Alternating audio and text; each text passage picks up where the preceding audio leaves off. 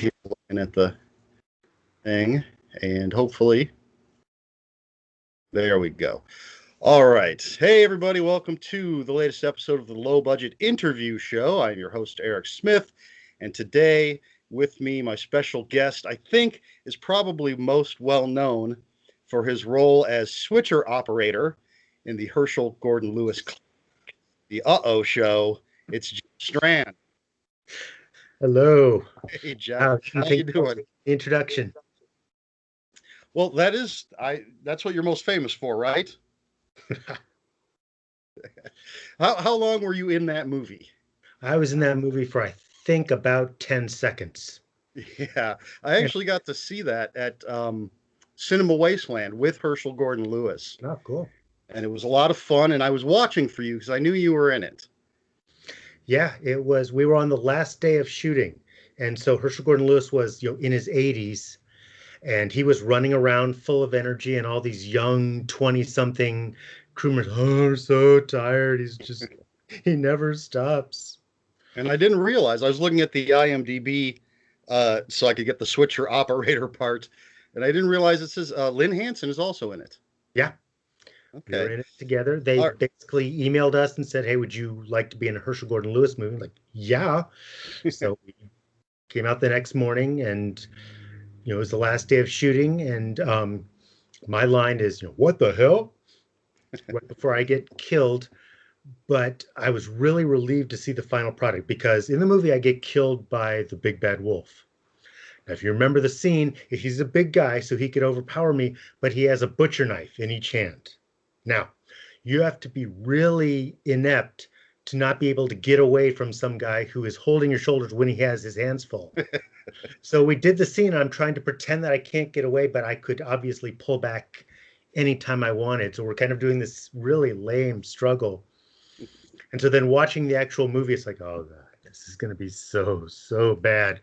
And then in the movie, he grabs my shoulders, then it cuts. So the editor made the correct decision. But then basically got in our death scene. I was actually under the table, so all you could see was my legs. But she was on the ground with her eyes wide open, and she was able to hold that for so long that Herschel Gordon Lewis was just really impressed. He was at the end just, thank you so much for looking dead so well for my motion picture. Well, I hope she has that on her resume. All right. Well, so to actually introduce you to the audience, I always ask everybody, if you had to write your author bio right now, what would it say? Jeff Strand is the author of 50-plus books. He currently lives in Atlanta, Georgia, with his wife, Lynn Hansen, and his cat, Chaos. He's a 4-time Bram Stoker Award nominee and 0-time winner, and a 10 times Bram Stoker Award Master of Ceremonies. Several of his books are in development as motion pictures, and he mostly writes horror comedy, and he really likes yogurt. All right. Well, there's a little, is that an exclusive, the yogurt part? No, I actually, as a joke, Damn it. I was thinking the very first bio I had, I was in a magazine called Twisted. It was Twisted Magazine #1, and my bio I ended with, he really liked yogurt, because I thought it was funny, and my dad was just unimpressed. Like, why would you waste valuable bio real estate by putting that? It's like, it's a joke. But he's like, you didn't mention your college degree. All kinds of stuff could have gone in there, and you went with a joke. So he was not impressed with my bio. All right. Well, you mentioned your college degree, and I have to ask. So you went to Bowling Green State University, correct? Yes. Okay. What years were you there? 1989 to 1993. We were there at the same time. Wow. I only went for a year because I ran out of money, but I was there 91. Wow. Maybe we had a class together. Yeah, I was looking at some information online and saw that I think I knew you went to Bowling Green, but it had your birth year, and I started doing the math, and I was like, all right, well, if he's born then, he's 4 years younger than I am. I didn't go to college till after I was in the Air Force. I was trying to it's like, I think we might have been there at the same time. Yeah. Did you go to the Jan Brady talk? No. No, I did not. John Waters came once. Yes, I know the people that put that together. So I was there for that. So we may have been relatively close. Yes. Well, I think that makes us best friends, right? Yeah, absolutely. We were already best friends. This has just cemented it even further. I see. Um, all right. Well, I really only have one question, so I'm hoping it takes you like half an hour to 45 minutes to answer it. What's so funny? Everything. All right, that did not go. You got 29 more minutes. Ladies and gentlemen, this has been all right. Actually, well, it's really I kind of, that's what I do is the horror comedy stuff. And I also do straightforward comedies. I do books that are my young adult stuff is just pure comedy, and then I sort of mix it up. But it's really just kind of the way I look at life and my writing style. If someone said we're going to give you a lot of money to write something with absolutely no humor, I could do it, but that would not be my preferred way to go. I always like to, at least have the comic relief, even if it's a really dark, intense, more or less serious book. Well, I do think you have a certain style, and because Pressure is definitely not a comedy, and I don't think so anyway. But I could just reading it, I could tell that it was you. If I hadn't known it was a Jeff Strand book, I would have been able to figure out that it was a Jeff Strand book. There's just a certain style to it, the characters, the dialogue, the way things moved. Yeah, I mean, there's a ton of humor in Pressure. People don't necessarily see it because the book is so dark. But the whole opening scene is a comedy scene. After the prologue is not a comedy at all. So it's like, okay, this is serious, and then the first chapter is basically a full-on comedy. It's just people don't see it as much because the story is so dark. Right. Well, I love to tell people about how I discovered you, and I actually think I told you this in the birthday video that I made for you, but I'm going to go over it again. You can thank JF Gonzalez and Amazon because I bought Clickers, and then Amazon recommended to me this book by an author I had never heard of, and I have some visual aids here. This wonderful creature feature, Mandibles. Yes. And love that cover. I've always been a killer animal fan, so I ordered this and read it, and immediately went to the local Borders at our local mall and ordered. The next thing I could find was Grave Robbers Wanted, not this copy, and that came in about a week later. Brought it home, and or when I picked it up at the store, I immediately ordered Single White Psychopath. Cool. Took Grave Robbers home, read it. When the next book came in a week later, ordered the next one, and just have been a fan ever since. And actually found Pressure a hardcover at the Borders. Cool. Now, I would have eventually become a fan when Pressure came out from Leisure, because I was big into buying like anything from Leisure. So I would have found you at that point anyway, but I got in a little early. Your head start. Yes. And excuse me.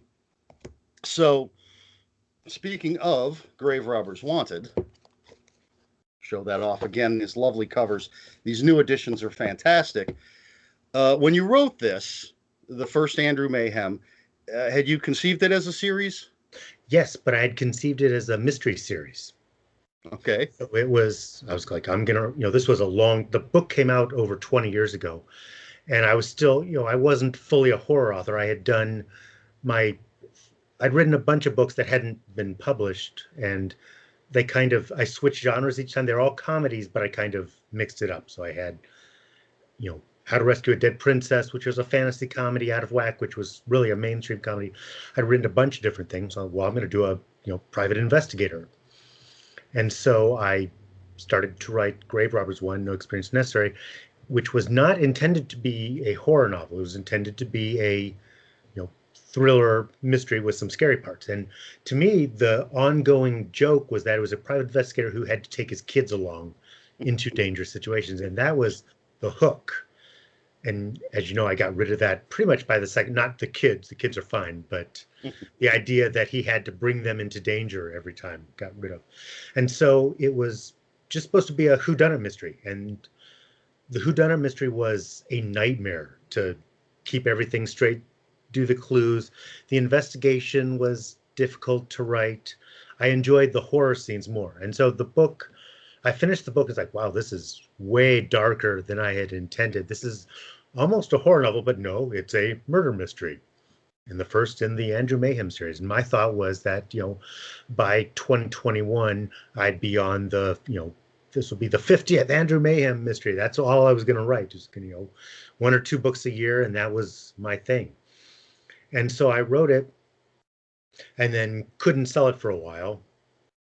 And then, because it was, well, that's too funny. You're not supposed to have laugh out loud jokes. You're supposed to have mild wit if you're doing a murder mystery. Also, it's really gory, and you're not supposed to have gory, and it's also weird. And so it was, if you don't know where exactly on the bookshelf to put it, it's at that time, not that, those days are completely gone, but when I was trying to sell it in the mid to late 90s, you needed to be able to say exactly where it went in the bookstore.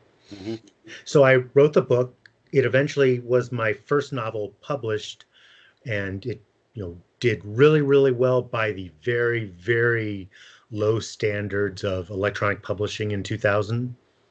So in that tiny pool, it was a huge hit, but that was a tiny, tiny pool. So I was like, well, I'm going to do another one. But it's like, I hated the whodunit element, and people were calling it a horror novel. So I was like, well, if people are calling it a horror novel, and I don't enjoy the whodunit element, I'm going to, and I'm spoiling Sequel White Psychopath, but that book is 19 years old, so we're okay. The book starts, it introduces all the suspects, and then by the end of the second or third chapter, kills them all at once. The room goes dark. When the lights come back on, Andrew Mayhem sees everyone decapitated. So I basically said, I'm setting you up for a whodunit mystery. Everyone's dead now. It's a straightforward horror thriller, and I stuck with that for the other books in the series, where it's no longer a whodunit mystery. It's a horror thriller, as much action as I can cram in there series. All right, there's number 4. And the one I have not read yet, number 5. Number 5. And I love these new covers, love the spines. I actually, when number 5 came out, this set, I bought them all and I had the first 3 already, gave them to my nephew. So I'm trying to pass it on. And these are all Lynn Hansen covers, is that correct? Does she get angry if you have someone else do a cover for you? She has never not done a cover where I have the option. So I've never had, you know what, honey, I feel like this other person might do. That's never come up. It's like anything that's self-published, she does the cover for. In cases where it's a limited edition, I'm working with the publisher or with my young adult, where they, don't ask me who I want to do the cover. That is done outside. But anytime I've had say in it, she's done the cover, because I'm not stupid. So well, she does fantastic work. The last few have really just been great, and I subscribe to her newsletter and her calendar pages. Everything just fantastic work. Yeah, like Clowns versus Spiders is just an amazing cover. So yeah, it is. But yeah, I had to. I'm sorry. Go ahead. She had actually done the previous Andrew Mayhem covers, so she had done all the first 4. Okay. And then when the 5th one came out, she's like, well, that's 10 years of experience, and let's rebrand it so that it makes a bigger splash. So that's why she went and redid the first 4 covers and did the 5th one in the same style. So in 10 years, when I do the 6th book, we'll probably rebrand, the first 5 again. So. Well, you did say, you had envisioned 50 books by this point, a couple a year, and we only have 5. Is it a matter of just waiting for just the right story? Is it a matter of just not having time? Purely a financial thing where, like I said, the first one did really well by the standards at the time. By the third book, my own standards of sales had changed. And kind of by the time Pressure came out, the Andrew Mayhem books were kind of older books. And I knew that at the time, a fourth Andrew Mayhem book wouldn't do as well as something brand new. And so it was like, well, I could be working on what could be the next breakthrough book. I could do a Dweller or a Wolf Hunt, or I can return to this series that was kind of my early years book. So I did the fourth one, and then thinking, well, hey, it's been 7 years since the last Andrew Mayhem book. This is a big deal. And what happened is you kind of lose your audience after 7 years. You can't, when you're doing a series like that, the long delay does not mean that people are like, they get more and more excited every year. It means that they sort of forget about it. And so I did the fourth one, and it did fine, but it did not do as well as an original book would have done. So it was always like, well, why would I do a fifth Andrew Mayhem book when I could do something else that could be, more successful? But the fourth book didn't end like the fourth book was, it didn't end on a cliffhanger, but the expectation was that there would be a fifth one. So there was always, well, creatively, I have to do another one. And so kind of what happened was I hit a point where it's like, well, if My Pretties does really well, that earns me the right to do, well, actually, My Pretties got me the right to do Wolf Hunt 3, because the Wolf Hunt first book did really well. The second one did well, but not as well, because again, there was a long gap between them.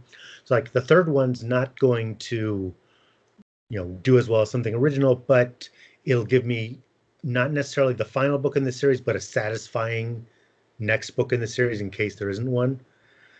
So I was like, all right, My Pretties did really well, so it's okay if Wolf Hunt 3 doesn't do quite as well. And then because Clowns vs. Spiders did really well, it's like, all right, I can justify getting a fifth Andrew Mayhem book, knowing it's not actually going to do that well.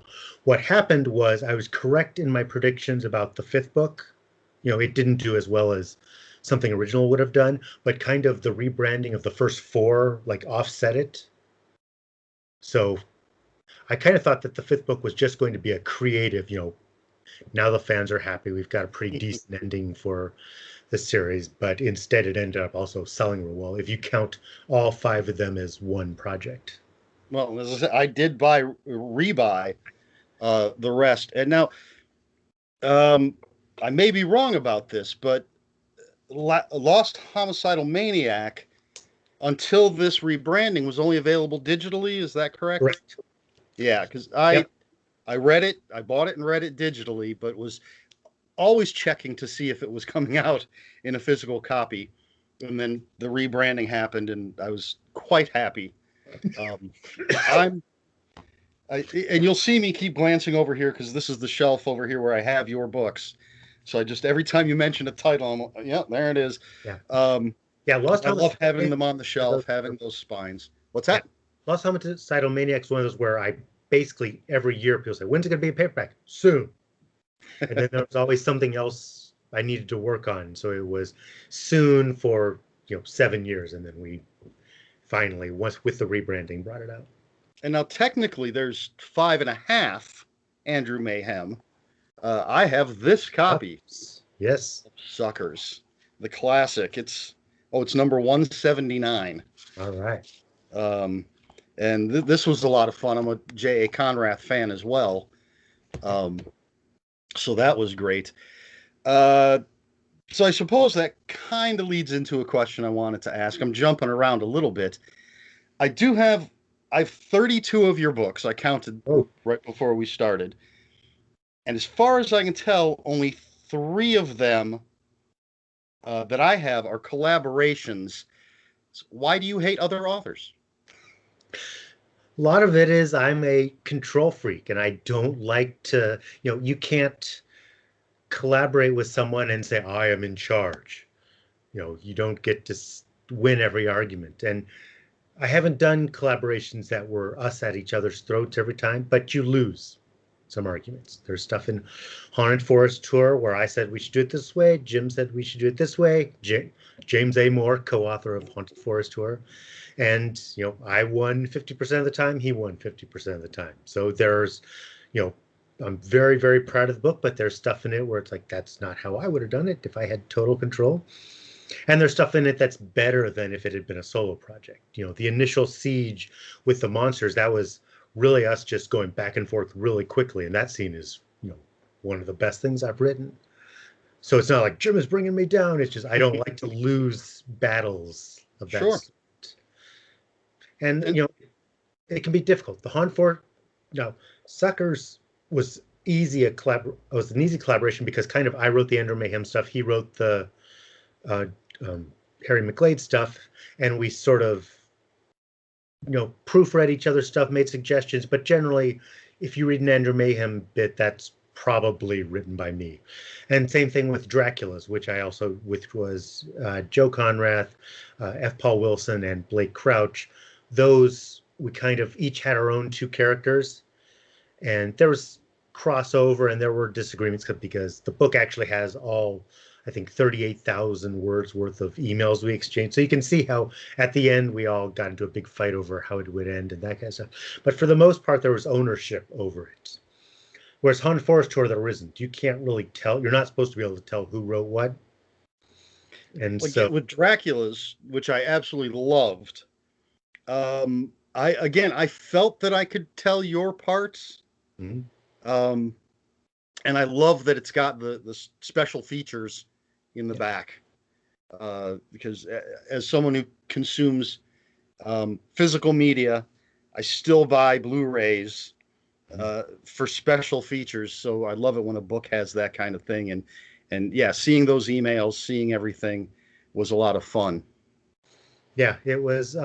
We each had two characters that we were responsible for. So I had Randall the lumberjack and Benny the clown, and so I wrote all the point of view scenes. It doesn't mean I wrote every scene with Benny the clown wasn't written by me, but every scene where it starts Benny and then his point of view was written by me, with some bits where we would mess with each other's contributions. But for the most part, we had ownership over our own characters. Fantastic book. And again, another one that I initially purchased digitally and then grabbed a physical copy as soon as I could. I have tons of stuff digitally and I almost never read it. I don't know why. I like having a physical copy in hand. I tend to forget that I have the things that I have on my Kindle. Yeah. Excuse me.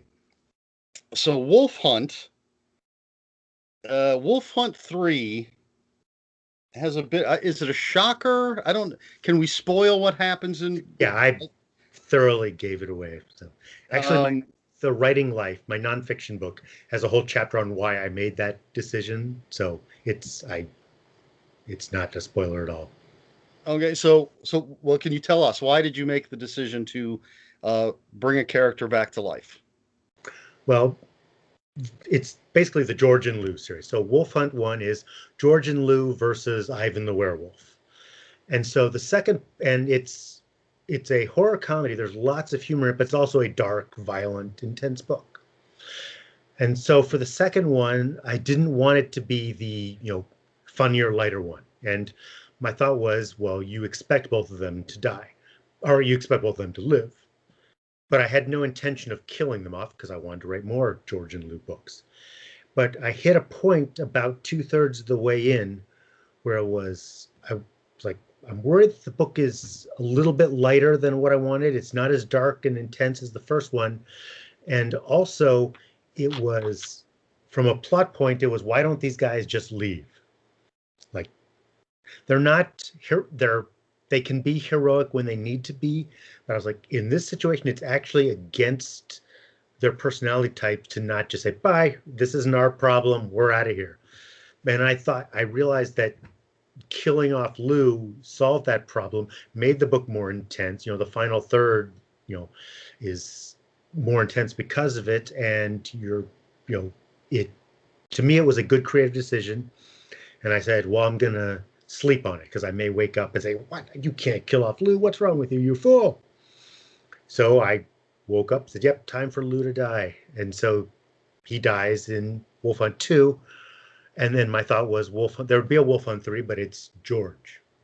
because I was like, okay, am I writing the George and Lou adventures or am I writing Wolf Hunt 2? I decided I was writing Wolf Hunt 2. So then I killed off Lou and got lots of hate mail and people saying, loved Wolf Hunt 2. I had to knock a star off the rating because you killed Lou. Why would you do that? And it hit a point where people would say, Dear Mr. Strand, I loved your book Wolf Hunt, bought Wolf Hunt 2, can't wait to start that. And like, oh no. And so when it came time for Wolf Hunt 3, I was like, okay, I wonder if I can reverse that. And so I figured out, this is a supernatural series. And I hadn't consciously said, if I want to bring back Lou, I can do it this way. But there was a loophole in it, in that his body had not been recovered. And there was kind of it doesn't say that Lou's body hadn't been recovered, but there was a thing that they were removing evidence. So it's like, okay, if they take Lou away, if you can have werewolves, why can't you have someone brought back to life? And so what I didn't want was a Star Trek 3 Search for Spock where Wolf Hunt 3 was all about, let's bring Lou back. It was, we set it up early, he's back, he's fine, and we're back on to the George and Lou adventures.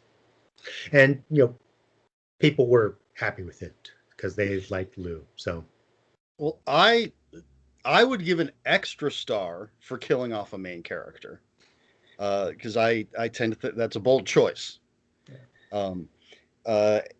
And I would have loved it, or would love it, if I just think it would be funny if Wolf Hunt 3 starts and Lou is just there, and there's maybe one line of dialogue. Yeah, my wounds weren't as bad as you thought, or something that I love that kind of thing. Did anybody complain about him being back, calling it a cop out, or was everybody just happy? As far as the feedback I got, one person was like, you reversed a bold decision. But overall, people were happy. And again, it's not, it's a supernatural horror comedy, pure entertainment book. So it's not like I followed up my deep, serious literary work Right. and then brought back a character. It was, it's a goofy, fun book. So they're great fun. So. Excuse me. Let's see. So I was told to ask you this. There's a guy I work with who proudly has only read 6 books in his life, but he did read Specimen 313. Cool. And he wants to know if there will ever be a sequel. Not as far as I know. It was actually a very difficult story to write. It's one of my favorite short stories, but it's about, for people who haven't read it, and it's actually it's still free online. It was written for an anthology called The Monsters Corner that Christopher Golden edited. Okay. And what was really cool was that they picked 2 stories to give away for free as individual downloads to promote the book. And so mine and one other one were basically out there free before the book came out. As basically, if you liked Specimen 313, you'll enjoy the rest of The Monsters Corner. But they're still there. So they didn't take it away once the book came out. So it's still very easily available, as is The Monsters Corner, edited by Christopher Golden. I have The Monsters Corner.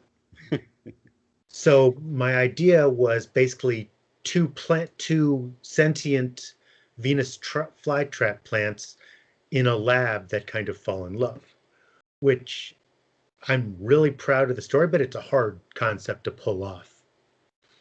And so I did the story. It's like, I brought my A game to that one. The publisher loved it because they picked it as one of the ones to promote the project, but a sequel to that would be a nightmare. It's like, I'll let him know. So. And I'm glad you said what you did, because I almost made a mistake. For some reason, I was thinking it was in the Blood Light series. No, I was in all 3 Blood Light series, but those were different stories. Okay. And which I've read all 3 of those, and I have read Monsters Corner. Just got them mixed up in my head a little bit. There are anthologies where I won't be able to remember which story of mine is in there. So I do have I didn't count when I said I had 32 of your books. That was your books. I didn't count any of the numerous anthologies I have Cool. with your works in them. And then, of course, I have, I suppose, double copies of a lot of stories because I have your short story collections as well, which um, I want to say it's Gleefully Macabre Tales that has one of my favorite short stories of yours. I think it's incredibly popular. I don't remember the name of it, but it's the Dachshund. Yep, that's the one. I should have guessed. I was thinking that, and I should have guessed it. Yeah, it's really, really ferocious. That Yeah, yeah. actually originally appeared in a anthology called Small Bites, that which were very, very short animal horror stories. It And was so just so I don't know how to just laugh out loud. Absolutely fantastic story. so I can use that as a jumping off point. When I was right before I moved from Tampa, there is a improv group, and on one night of the week, they invite authors in to read short stories that they've never heard before. The person, you know, there's someone in control who picks the stories, but the performers have not heard the story. So then, and they picked really, really ferocious. And so I stood in front of the audience, read really, really ferocious to an audience that fortunately enjoyed it because it's not, it's not an all-purpose story. It's a story you need the right crowd. But they enjoyed it. And then the improv group went on, did 15 minutes of improv based on really, really ferocious. So it was a Well, lot of fun. that's cool. Um, Speaking of live performances and things, have you? I don't recall. Have you participated in the gross out contest? Yes, I've done very well in the gross out contest. I've never won, but I always come in either second or third. Problem is that, there are some people who are really, really good at this gross out contest. So I'm consistently good, but there's always someone who's, blows it out of the park. Like the last one I did, Jay Wilburn, he went before me. And after his performance, like, all right, I'm competing for second place now. And I took second place, but that was as good as it was going to get for me. And so, Stephen Kosniewski, it was close that year, but he beat me, and I've been beaten by Cullen Bunn and Rath James White, but anytime I perform, I'm gross enough to at least get second or third. So I'm proud of that. Did Rath win? Did he come in first? I know he's come in second so often that his collection of his gross out stories was called Sloppy Seconds because That's why I was asking. You said you were beat by him, so were you? You must have been third, what and he I was when I second. competed against Wrath, I was third. Okay, yeah, because I have sloppy seconds, Yeah. and although that is older, he may have won since then. I wasn't. I didn't. I don't know. But I've anytime I've competed against him, I've been one spot behind. So he comes in second, I come in third, and usually Cullen Bunn comes in first. Big fan of Cullen. I actually just interviewed him on Wednesday, and I don't know what his opinion of his gross out victories anymore. He's probably like, I I'm, didn't actually. I didn't realize he had participated. I would have asked him oh, he about was that. he actually has his own. I wrote the forward to his own collection of the gross out stories. I'll have to look Well, for that. he wrote. The only prose I have by him is Centralia. I don't never know how to pronounce it. Yeah, no, he'll probably send me a cease and desist order saying I'm a respectable comic book writer now. But I wrote the forward to his collection Heave World, which is his gross out stories. So I will absolutely have to find a copy of that. Um, so, speaking of writing introductions and that sort of thing, I picked up Reception by Kenzie Jennings based on your blurb. So, what is it like to wield that kind of power? well, a lot of time because I've written a lot of forwards, and generally it's, hey, will you write a forward? And I sure. Kenzie was a little bit different because we're friends in real life, and I've known her since before she was an aspiring author. She I met her because we were at a horror convention, Spooky Empire, and she just messaged me and said, "Hey, I don't want to bother you while you're there. Any chance you can sign my copy of Pressure?" So to her, she was infringing on my time, and to me, it's like I'm not even a guest at this convention, and someone wants to come up And I think I was in line to see Bruce Campbell, and she just came up. I signed her copy of Pressure. We took a picture, and that was it. But then, we maybe she wasn't local. She was in Florida, but not local. So, maybe 2 or 3 times a year, she and her then boyfriend and me and my wife would get together and do lunch and a movie or whatever. And so we would see each other every once in a while. And then she started. She'd been writing screenplays and stuff, but she hadn't done her novel. And so she finally wrote a novel called Jane Juxtaposed, which was a superhero novel. And she asked me to read it. She didn't ask me to read it because she would never say, "Would you please read my book?" It was, "Hey, I'll read this book if you want to send it to me." And so I read it, and it was really good. And then she sold it to a really small publisher, which went out of business before it came out. But by then she had decided she wanted to try a horror novel. And so she did Reception, which was, it was her second book, and therefore better than Jane Juxtaposed. So, it's kind of disappointing to have a novel that will never come out, but there's no reason to publish the book that's inferior to what you've currently got on the market. So probably that one will just stay buried because it's not as good as what she followed it up with. And so I basically said, if you want a forward, let me know. And she came and said, yes, I want a forward. So I wrote it for that, and then did a cover blurb, and have been giving both wanted and unwanted advice since then. But after she finished it, I said, okay, you need to go to a horror convention. You need to go to, my pick would be Killer Con, because it's small and there's very little boundaries between, it's not one where the authors sit behind tables the whole time and the fans come up and get their books signed. It's everyone is gathered together. So you'll get lots of FaceTime with people. And Death's Head Press had promised to take me out to dinner for a short story that I contributed to, and Hell Followed. It was, I have that one. Story is like, I will if you take me out to dinner when we're at KillerCon. They're like, done.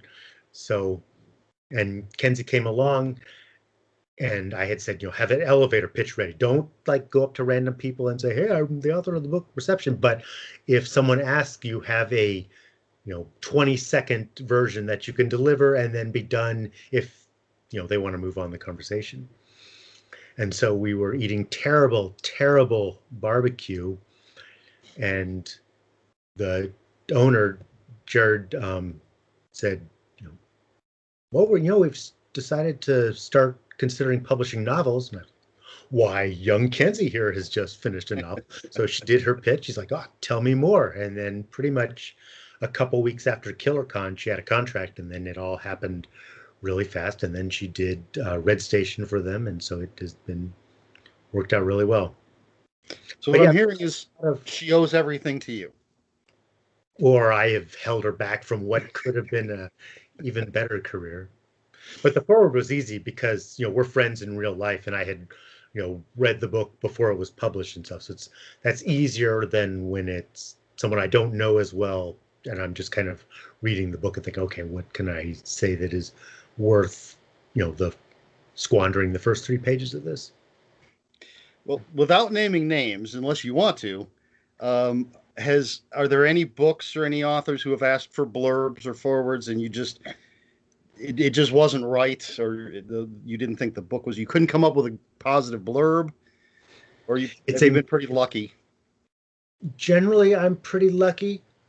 I don't want to say, here's what I do when it's a bad book, and then people say, whoa, wait, because it's kind of a mix, because sometimes I just ultimately don't have time to do it.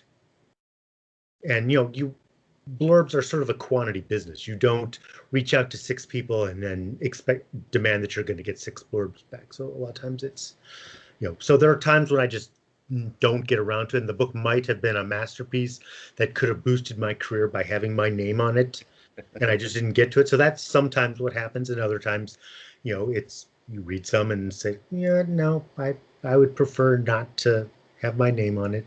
But, sometimes I get lucky. I got to blurb John Dies at the End, and it was in its permuted press, and they asked me to blurb it, and I, got the arc, read it. I was like, I love this. This is one of the best horror comedies I ever read. So I gave it a great blurb, but then it moved to St. Martin's Press, and they didn't carry my blurb over to that version. So I was like, I missed out on having my name on the back of a David Wong book. But so we're going to trash St. Martin's Press. Is that what we're here for?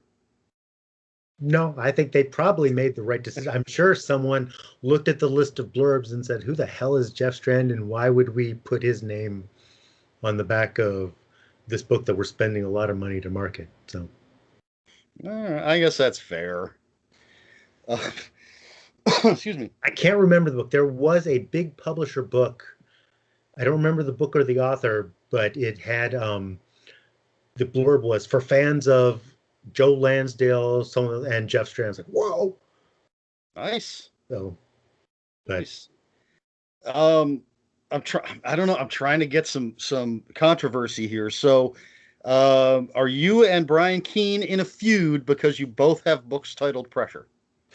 No, we're not in a feud at all. I feel like it probably, now my book was long before his, so I didn't really have to deal with trying to promote a book and having the same joke pop up every time. I will say, I am not aware of any online promo that Brian Keene did for his book Pressure that did not involve somebody posting a picture of my book or, what, you mean Jeff Strand book? It was just relentless. It never stopped. And I'm sure he always, in public, he was always amused by it. I'm sure at some point he was at his computer like, what the fuck? Let the joke go. But yeah, it happened a lot. And it wasn't brought it back to life. He told them, there's another book out there called Pressure. I'm like, no, we don't care. So, well, if I remember correctly, when The Rising came out, and I don't know if it's still happening, but a lot of people looking for the, I don't know if it's part of the Left Behind series, or there's I think a religious fiction book called The Rising, and I guess a lot of people were getting the wrong book when they were trying to order that one. What I did do, because once Brian Keene's Pressure came out, I have no Photoshop skills at all. So I'm like, Lynn, I need you to make a copy of The Rising with his name crossed out and my name put on. And then the catch line is now with an ending. So I posted that graphic, and it got hundreds and hundreds of likes on Facebook. So, well, since we're talking about Brian Keene, any chance at all for Clickers versus Mandibles? I'm going to say no, especially with JF Gonzalez gone. I did, I guess I should give context for the people who aren't aware of it. Clickers and Mandibles, they didn't have the same publisher, but I was with the publisher that did Clickers.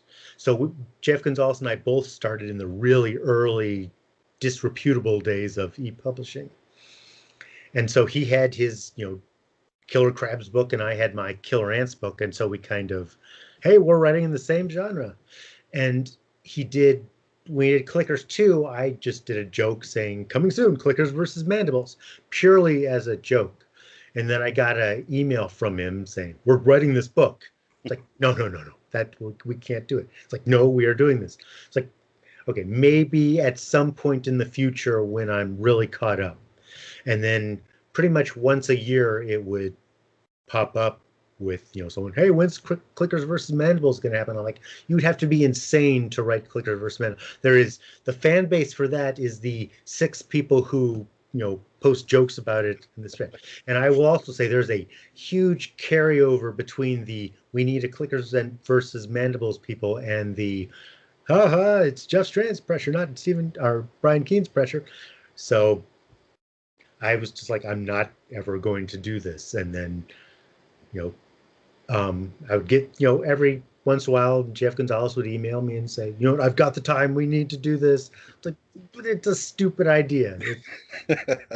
They aren't even called Mandibles in the book. The book is called Mandibles. They're just giant killer ants. There's not a nickname for them. Right. And then he passed away. I was like, oh, now I kind of wish I had done it. And so when Brian Keene did Clickers Forever, he said basically either fan fiction for the Clickers series or a nonfiction piece. So I was like, well, I'm going to do both. So I did basically the history of clickers versus mandibles, a wittier, more coherent version of what I just told you here. And then I wrote as a short story, clickers versus mandibles. And so it's not going to go beyond. Then we won't have that full novel. No, it was always a bad idea. I guess I'm one of those 6 people. But as I said, I love creature feature. I love killer animals, especially Well, giant killer animals.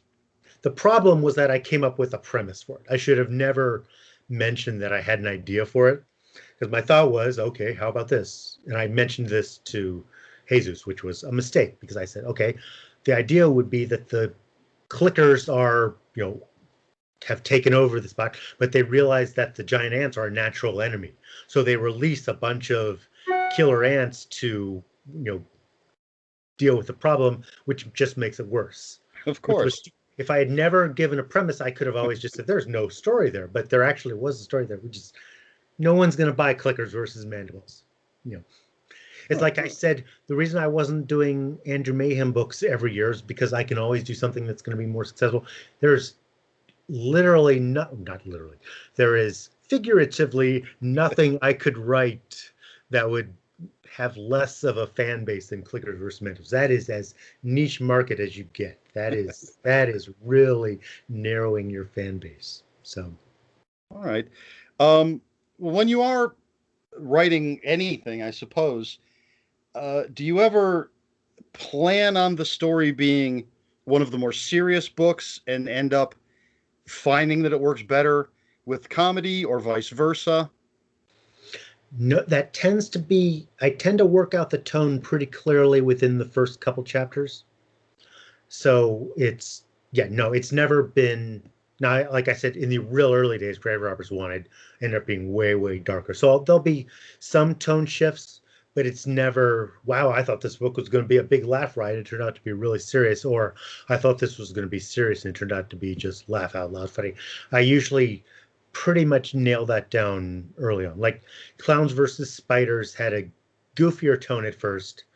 And then I said, okay, here's the line of silliness, and I'm going to stay below this line, which is a fairly high silliness threshold. But I figured out where I wanted to go within the first 3 chapters, and then I went back and rewrote the prologue and made everything match that. But no, by the time I'm within the first 3 chapters, I've pretty much narrowed down the tone and how that's going to play out. No, basically the same question, but for your more adult stuff versus younger reader stuff, does that ever change, or do you know, again, ahead of time, this is for younger readers? Oh no, the YA stuff is always immediately conceived as YA. I've never actually sat down and said, I'm going to write a YA novel and let's see what happens with it. The 5 young adult novels I did for Source Books were all basically contracted before they were written. It's a long, convoluted story, but it basically was the editor there saying, hey, if you ever write a young adult book, let me know. And so I sent the first couple chapters of A Bad Day for Voodoo, and they bought it. And so then I had to write A Bad Day for Voodoo. So every book was contracted before it was written. And so it was always a really goofy comedy, pretty much aimed at 12-year-old boys. So, Do you have any trouble maintaining that tone when you're writing, or find yourself going up? You're veering into more adult territory, or is it easy for you to just keep it at that level? it's pretty easy. There are moments where you'll say, this line would be way funnier if they got to say fuck, but no. And you can actually in young source books, there weren't really any language restrictions, but I kind of personally wanted to keep them PG rated. And that also was what got them into the Scholastic Book Club, which is a very nice thing. It's very cool to say that's my book in the Scholastic catalog. And my cousin emailed me because she was a teacher and she, her school had the Scholastic Book Fair, and it was like, that's my cousin's book right there. So from that standpoint, it was kind of nice to keep them kid friendly. But it wasn't that, aside from the occasional joke that would have been probably funnier if they were allowed to drop the F-bomb, I didn't, it wasn't that much of a problem. It was kind of, they were fun books. They were challenging books because I wanted them to be just constantly funny. They aren't books where it's like, okay, we're gonna have a serious chapter, then a funny chapter. They are as funny as I can make them from beginning to end. So when you keep up that pace, you're halfway through and you're like, oh my God, I wish I could do one page without any jokes. But since the previous 150 pages have all been filled with jokes, you can't just get lazy then. So it's challenging, but it's fun. But no, there's no point where I'm like, boy, this is veering into an adult book. They're a young adult basically from the concept up. So it's not an adult book that I squeeze some 16-year-olds into. It's, the greatest zombie movie ever is about 16-year-olds trying to make their first movie. And it's very different story if it's a bunch of 16-year-olds than if it was a bunch of mid-20s, even year olds. When it's 16-year-olds, it's cute that they're way, way overreaching and, don't really know what they're doing. If it's a group of 25-year-olds, then it's more of a slacker comedy. And it's a very different tone where you're kind of laughing at them and you're not really identifying because it's like, oh, these guys are kind of losers, as opposed to, overly ambitious teenagers where you're like, well, sure, that's how I was at 16. That's how I would expect these characters to be. So. And well, speaking of the zombie book, whose title you just said, and it has gone out of my head already. The greatest zombie movie ever. That's it. I don't know why. I just lost it. So that's been made into a movie, correct? It has been made into a movie by high school students. And how did that come about? How did that go? A really ambitious high school student decided he wanted to make a movie out of it. And so he wrote the script and then emailed me. Now, I don't know if it was just not aware that he should have contacted me first or thinking that probably I wouldn't say no if he told me he had already written the script. But he wrote asking for permission, said, I would love to do a movie based on the greatest zombie movie ever. And I've already written the script. It's like, well, yeah, I'm not going to tell you no. And I controlled the movie, right? So I was allowed to. I didn't have to go to source books and get anyone's permission. I just said, hey, do it. And so they made the movie. And then I got an email from a reporter who was on the set, like, can you give me a couple quotes? Just FYI, I spent the day on the set and they are taking this seriously. This is not high school kids having fun. This is high school kids trying to, and it was only half an hour, but they were trying to make a movie. And so I got to watch it, and it looks like a movie that high school kids made, but it was really entertaining. And then the Buffalo Dreams Fantastic Film Festival was airing, and they've shown student films before. So I basically got a big screen viewing of the greatest zombie movie ever. They weren't able to come, but I was there. I did a quick introduction to it. And I was thinking, let's maybe see if we can get this into more film festivals. What happened was they made this during their senior year. And then I emailed the teacher who one of their teachers had also gotten in touch with me. So I emailed him to just say, hey, the screening went great. And he's like, that's cool. Oh, and I was trying to set up something else. And he was like, just FYI, they don't care about the movie anymore. That's something they did when they were kids. Now they're college students. They don't care about some stupid adaptation. So it's on YouTube. You search for the greatest zombie movie ever, Jeff Strand. The movie is there. It's fun. It is R-rated as opposed to the book. Not hardcore R, but it has the cursing that was not in my book. It's very entertaining. And now there's actually a greatest zombie movie ever, quote unquote real movie. And it's Binge Brothers. And they're a production company up in Canada. And they optioned the rights, and they asked me if I would write the script. And so I wrote the script. And then there was this global pandemic.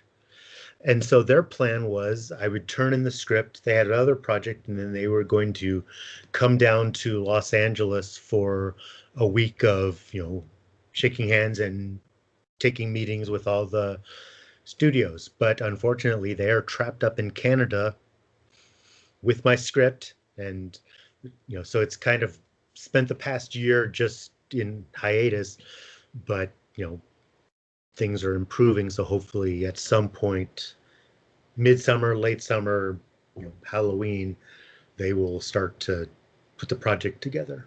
So there may be a actual greatest zombie movie ever motion picture. Nice, very nice. All right, so recently, if I'm not mistaken, you released a semi-autobiographical novel called The Writer's Life. A That's non about a writer who gives advice which leads to dangerous consequences. Do I have that correct in any way? Okay, I thought you were actually getting it wrong, but no. It's a nonfiction book. My first one, it was like an idea I'd had for a while. I was like, it'd be fun to write a nonfiction book. Then I was like, why would I be? Who's going to buy my nonfiction book? And then when the 20th anniversary of my first book hit, I thought, well, that would be a good tie-in. Here's my nonfiction book on the 20th anniversary of my first book coming out. Then I didn't have the book ready in time. It's like, well, okay, well, I'm turning 50. That's good enough. If I'm a 50-year-old who's been doing this long, that can justify a nonfiction book. And so that normally my books are I kind of work on one at a time, and then they come out pretty quickly. And this one, I knew that the sales were not going to be great, and so I thought, well, I'll just work on it as a fun project once I've done the real work. So it's like, okay, I've done my daily quota on the novel. Now I get to have fun writing up an anecdote for the writing life. And so that book took about a year from when I started it, just because it was a side project really until the last few weeks, and then it became the more front project. But it was kind of just because it was a fun book to write. It was not a grueling book. It was really a fun one. So did you find yourself like flexing different writer muscles when writing that versus fiction? Yeah, because it was I didn't need the flow as much. The chapters are sort of self-contained, so that was a little bit different. I'm actually slower at writing nonfiction than I am at writing fiction, because you're not really getting into the dialogue. There are no long dialogue scenes. You're not getting into the flow. There's more, and there's I wanted it to be a comedy book, 1/3. I wanted it to be advice, 1/3, and then kind of inspirational. So every anecdote had to have some sort of point to it. So it's like, if I'm telling the funny story of us getting kicked out of a bookstore, it also has to say, okay, well, how did we cope with that? Why did we not just cry the whole way home and quit? So it was like every funny anecdote also had to have a point, something that I was saying about the writing business. So it's not just funny to be funny. Everything was, and there were a few bits where I broke that rule, but I want everything to be something that a message that I'm trying to convey. And there were, points where I had to say, this is, I don't want it to be depressing. So there was always a careful balancing act on the tone, because the book is very self-deprecating. The book gets into the really major disappointments. But you don't want it to be depressing. The point was never that the book was going to be, learn from me, read this book, and you can be just as successful as Jeff Strand, successful author. It was never going to be that, but it also wasn't going to be, don't write. Writing is for the fools of the world. Don't do it. It sucks. So it was, a brutally honest, very self-deprecating book. But ultimately, I want you to read it and think, hey, that's, this is something I want to do. But the book also has a chapter saying maybe it's not so bad if you quit. And it's not a don't quit. If you can't handle it, you might as well quit. Or, it was, I know people who are writers who are miserable. And there are people where, I'm not going to take the initiative to say that, but it's like, I feel like there are people I know who would be happier if they didn't write anymore. And I knew someone who did quit and was happier. It's like, okay, a weight has been lifted from my shoulders. And it's a little sad, but I'm happier. And so I kind of did that chapter. I was a little worried about that chapter because basically it's a chapter about how sometimes it's okay to quit. And that's not generally the tone you would get in a book like this. Generally, the tone is never give up no matter what. Pursue your dreams at all costs because you'll do it. And I devoted a chapter to, what, sometimes you're happier if you just move on. Say, this isn't really what I want to do anymore. So it's a very honest book. I because I wanted it to be funny. The problem with a book that's trying to be funny from beginning to end is that the anecdotes of if I'm telling the story of a signing I did that was great, that's not that funny, and that didn't go in the book as much as this interview that I'm doing with you, where you're familiar with my work and asking intelligent questions, and it's a good conversation, and I'll be sharing the link when this is over. That wouldn't make it into the book. This isn't a funny, oh my God, that interview with Eric Smith was such a disaster. The one that made it into the book was the one where it was actually my very first interview. It was an audio interview, and she had no idea who I was. And it was like, so you write horror comedy. Do you know Christopher Moore? It's like, oh, I love his stuff. That was it. The entire rest of the interview was about Christopher Moore. And then she's like, thank you very much. And the interview was over. It's like, okay. But it was, and it aired live. And then I started getting emails from friends like, what the hell was that? And so that made it into the book. But this interview, which so far I feel like it's going well. We've still got time left to go off the rails, but this is not an amusing anecdote to share at convention. Like, oh my God, never go on the Eric Smith show because, so. Well, I have considered a number of trying out bits and things, and one of the things I considered was finding a recent interview you had done, and simply, at least to start, just asking the exact same questions in the same order. I probably wouldn't notice because I've done lots of interviews, and they tend to be there are a lot of the same questions just sort of shuffled, and you kind of when people say, so how did you get started writing horror? I'm not coming up with a whole new way of sharing that information. It's kind of the tape recorder, and the tape recorder. I'm saying tape recorder because at one point Stephen King had said, at some point during these interviews, a tape recorder goes off in your mind. And what I really meant was an MP3 starts to play, some sort of digital file starts to play, and then you recite the same answer. And so, you try not to, but if it's this question you've heard, where do you get your ideas? I don't have a new answer for where did you get your ideas. But all right, I got to cross that question off my list. But no, I never noticed. You could have totally just stolen a completely different interview, and unless it was very specific to that, or if it was tell us about your new book My Pretties. Well, that's not really my new book. So how'd you come up with the idea for My Pretties?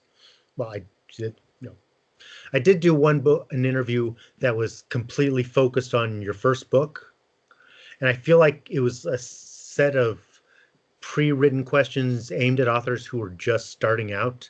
And like, I don't care about my first book anymore. This is not, how did I get my idea for my first book? How did I market my first book? That's not interesting information for the audience anymore. But well, that would be the other way I could go, is find a very old interview and just copy all of those questions and see if anyone noticed.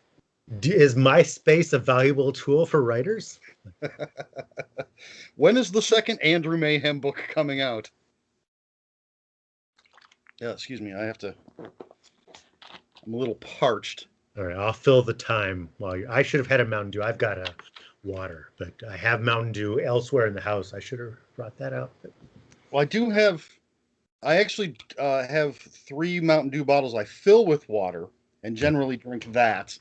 But this is actual Mountain Dew. I'm trying to get a sponsorship. Well, to get off topic, have you tried the delicious watermelon flavored Mountain Dew? I did try it. It is not the worst Mountain Dew I've ever had. Well, you're not going to get a sponsorship by saying it's not the worst Mountain Dew I've ever had. It was fine, I suppose. The worst one, I don't even remember what the flavor was. The color it was almost a black one. Yeah, that was. And I didn't finish it. It was so bad.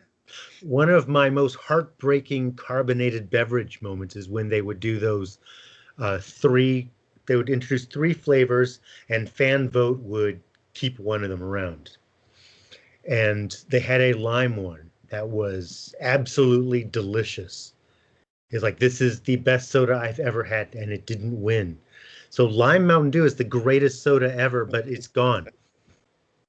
So Bastards. that if I get, if I hit the point where I'm a tastemaker, where my tweets will actually cause corporations to change their ways, I'm going to tweet, Mountain Dew, please bring back the lime. And they'll say, wow, he's an influencer. His thousands and thousands of fans will buy lime Mountain Dew. But for right now, I can just sort of silently whine about it. Well, you are a bit of an influencer. As I said, I have picked up books based on your blurbs. That's what I'll say. Look, Eric Smith bought Kenzie Jennings' first book because of my blurb. So bring back Lime Mountain Dew. I think it could work. I think we'll try it. All right. Because the cannibal book tie-in will definitely bring people to their beverage. Well, sure. I mean, Yeah. you can't go wrong with a cannibal campaign. Excuse me. All right. So apparently, My Pretties isn't your latest book, um, which actually I can tell. I actually have your books in order of release, Oh, wow. so I can see. Yeah, it's just the easiest way to put them on the shelf. I can see what you've had come out since then. So what is either the latest release you want to promote or an upcoming release you would like to promote?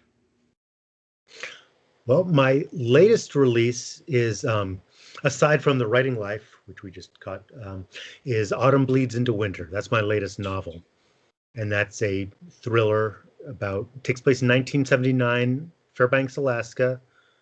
Not autobiographical from a character standpoint, and not quite the right time frame.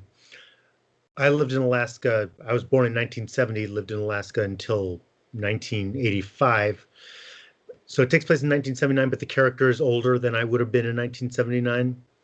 But it's autobiographical just because I remember the details about Fairbanks, Alaska. But that character is not a stand-in for me at all. He's completely different, but some of the details come from my life. And that's basically a thriller it's a coming of age thriller about a kid who sees his best friend kidnapped, sees who did it, can't prove it, and then decides that he's going to bring him down himself. And he's a 14-year-old boy after this sinister adult kidnapper. And so it's a lot of people have said, I mean this, you can look up the reviews. I'm not making this up.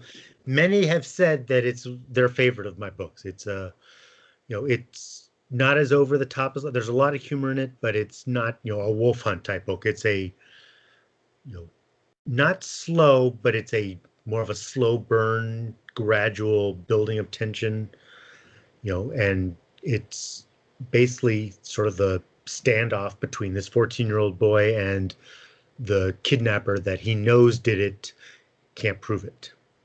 Okay. Can you talk about what you're working on now?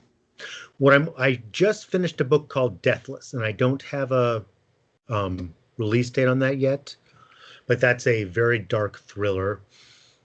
And so that's with beta readers right now. And I'll be revealing more information about that fairly soon. But that's for the people who like the dark, more serious, intense stuff. That's purely what that one is. And then there's a novella actually called 20th Anniversary Screening. And that will be part of a collection called Slice and Dice. And that's 4 novellas. I did one of them. And also Jeff Menapace, Ian Rob Wright. That's the name he goes by as his writing name. And then William Malmborg. And we each wrote a slasher-themed novella. And so it's Slice and Dice. And we don't have a release date yet. That was one of those where when I thought a good way to justify doing a novella would be 4 novella collection. And so what I'm going to do is I'm going to pick 4 authors who are always appearing on my, if you liked Jeff Strand, also this. So I was friends with all of them, and we always sort of appear on the same list. So it was like, I wanted 4 authors who kind of had a similar fan base. So people would say, oh, I like William Malborg, and I also like these other 3. So I said, let's each do a novella. We ended up going with a slasher theme, and we're going to make it as stress-free as possible. So no one is under a hardcore deadline. It's just do this in your spare time, and then we'll, put it out when everyone is done. And so that's kind of where we are, where it's pretty much mostly done. We're just sort of putting the pieces together, writing the introductions. And so we don't have a publication date because it's like, hey, if we're self-publishing this, why do we need to commit to a deadline? And Right. let's do it on our own schedule. But you'll start hearing a lot about that. I would say definitely by early April, we'll start babbling about that all the time. So that's a 4 novella collection. And then my next novel, Deathless, will actually not be my next one. My next novel is called Creep Out, which is my entry into the scary ventriloquist dummy genre. Nice. So there's humor in it. That was one of the things. I've been a horror author most of my career. I don't tend to do scary. I do suspenseful, I do intense, I do, giant killer ants, monsters, serial killers. I want you on the edge of your seat reading, but I don't do, generally Pet Cemetery scary type stuff. And Creep Out is my attempt to do scary. So I don't know how well I succeeded, but we'll find out. Well, I'm looking forward to it. Killer doll, killer ventriloquist doll, creepy ventriloquist doll. Always fun. Yes. Do you find is it how do I frame this question? See, this is where it's going off the rails. You've got your funnier works, your more serious works. Do you find one is more difficult to write than the other? Do you prefer writing one to the other? What tends to happen is I prefer whichever one I'm not writing at the moment. So like when I was writing the YA, halfway through, I'd be like, oh man, there are so many jokes in these books. It would be nice to just write a normal scene. And then I would go back to a, suspenseful thriller and think, boy, it sure would be fun to just cram as many jokes in here as I could. So it's kind of a, look outside and say, oh, look at my friends playing. I wish I were out there with them. So overall, I would say no, there's not one that I prefer, but while I'm in the process, it tends to be whichever one I'm not doing at the moment would. Boy, I sure would love to crack some stupid jokes. But all right, well, I'm going to try one more time to start a beef with somebody. no. So you have Cutter, right? Do I have the name correct? It's a smaller one. I can't quite see it on the shelf. It's over there somewhere. There's a new comic book that came out called Stray Dogs. Are you familiar with this? I am not. It is about a serial killer and dogs. Is he does he become a better person because of the dogs? Well, actually, it's and as soon as I heard about this book, which was on a live video that my comic book shop does, I started screaming they were ripping off Jeff Strand. But it's talking dogs. It's from the dog's point of view. And from what I can tell from the first issue, the killer, when he kills people, he brings their dogs home. So he's got a dozen dogs in the house. And because they're dogs, they have short memory. But the newest dog that he has brought home somehow remembers that this person killed their owner. Ooh. But that there's a surface similarity, but it's different enough because Cutter, which incidentally I'm actually writing the screenplay for right now, and Cutter is about a thoroughly reprehensible serial killer, and a book where I purposely did leave out the humor, because what I wanted was I wanted this guy to be repellent in every way. Now, so if you can take a horrible character, but if they're witty, there's some sympathy there, and I didn't want him. He's not witty at all. He doesn't have any good lines of dialogue. He's just pathetic, and he's just a horrible serial killer. He goes out every 2 months, stalks a victim. When it's safe, he kills them, and then goes back home and then waits for a couple months until he thinks it's safe again. And I wanted you to just despise him, not because he's, Hannibal Lecter clever and evil. He's not clever. He's careful, but he's not clever. He's whiny. He works a corporate day job, and he's just that whiny guy that you don't like. The guy who's like, you were supposed to staple it on the left corner and you stapled it on the right corner. So can't you? So I wanted to take this character who you read the first couple of chapters like, this guy sucks. And then he's out stalking a victim, and he finds a Boston Terrier that's been injured. And for whatever reason, he's like, you know what, maybe there's a reward. So he takes it home, puts up some signs. The dog isn't claimed, and he decides to just keep it until someone claims it. And gradually, through the course of the 33,000 word novella, he bonds with the dog, and it kind of turns him into a better person. He just kind of realizes that, he has more to live for than killing someone every couple of years. And what I wanted to do with it was take a really goofy premise, which is serial killer adopts Boston Terrier and becomes a better person, and then treat it just completely straight, so that you actually are like, wow, I actually care about this guy. Not in a, he's my best friend, but you sort of start to empathize with him, and it never loses sight of the fact that he's a horrible person who's done horrible things. And, every once in a while, if it starts to veer away from that, there's like a punch in the face reminder of how, what he does, who he is. But it is sort of I tried to make it a sweet, genuinely touching book about a serial killer and his dog. So it's not like Stray Dogs. Stray Dogs is actually a cool concept. I did tell after I bought the issue, and it has various variant covers. It's a Silence of the Lambs cover, which has the main dog's face with the moth over its muzzle. It's great. But after I bought it and read it, I did tell the people at the comic book store that I was like, no, this is nothing like the Jeff Strand, but read the Jeff Strand. And I did find it on my shelf. I have the limited edition hardcover, so it's very dark. It's in between Dweller and Wolf Hunt, and it was hard for me to spot it. And it's actually thicker than I remember. But that's probably because it's just a hardcover. But I think the smallest one is the nose one. Yeah, the severed nose. Yes, that's a little tiny. All I see is a little tiny blue spine. Yep, that one's a chapbook. Yeah. All right. So, is there anything else at all that you want to mention, talk about, promote before we bring this to a close? I will say that if anyone, my screen, I'm seeing a tiny, tiny little image of myself. So I'm not sure what's completely visible behind me, but anyone who's been admiring the fine artwork in the back, I'm actually in Lynn Hanson's office. So those excellent covers are all her.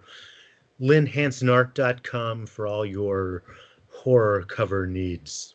I want to get one of those t-shirts. Yeah, she does pretty much anything that any recent book that I have done is probably her cover. So all the Andrew Mayhem rebrandings, My Pretties, Clowns vs. Spiders, Autumn Bleeds into Winter, The Writing Life, all the new stuff is pretty much my go-to cover art person. So people should sign up for her newsletter, and yours as well. They should. Yeah, my newsletter, the link is on my page. It's www.jeffstrand.com. Every issue of the newsletter has a brand new flash fiction story. So it's not just a self-promo newsletter. There's fiction content. And Lynn's newsletter, every issue has a free calendar that you can print out, and it's a brand new original piece of art. I will say that the guy that interviews you for your newsletter is fantastic. I was just hoping to hold a candle to his interviewing skills. Yeah. What's funny is 99% of the people get that it's me pretending to be a jerk interview to myself, and the 1% is just like that guy was a dick. Like, but it's a joke. It was really me. Oh, okay. Because a lot of people just because I think in the newsletter that's kind of gives itself away pretty clearly. But I've done other interviews outside of the newsletter where I use that same thing, where it's me interviewing myself in an antagonistic manner, and people don't get that, and it's just like, why would you even have talked to that guy? That guy Yeah. was rude and disrespectful and uninformed. Like, well, that was a Cut joke. that interview short. Yeah. And just so you know, the video will be split screen when it goes up. Right. I was a little worried the first time I used this. I'm like, am I just going to be in the corner this whole time? But it does do split screen. So on the split screen, if you're enjoying the background display, that is all. That is Lynn Hansen's cover art display. Yeah, she does great work.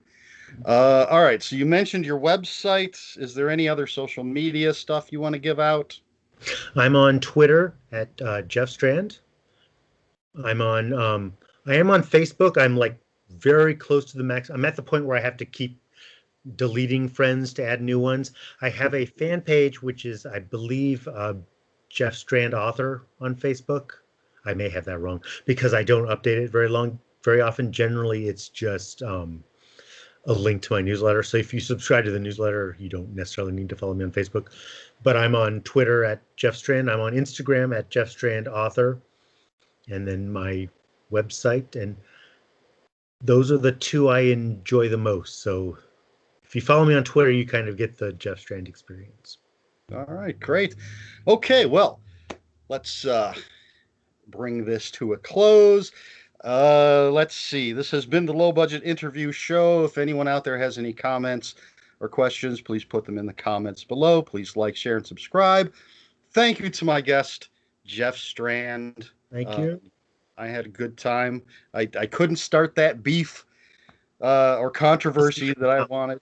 Actually, I am married to Lynn Hansen, who can probably hear this. So if you can, start a marital spat or something. Probably. I tried with the cover question about your cover art. All right, so that's it. Hopefully everybody enjoys this. And until next time, folks, read more books. Absolutely.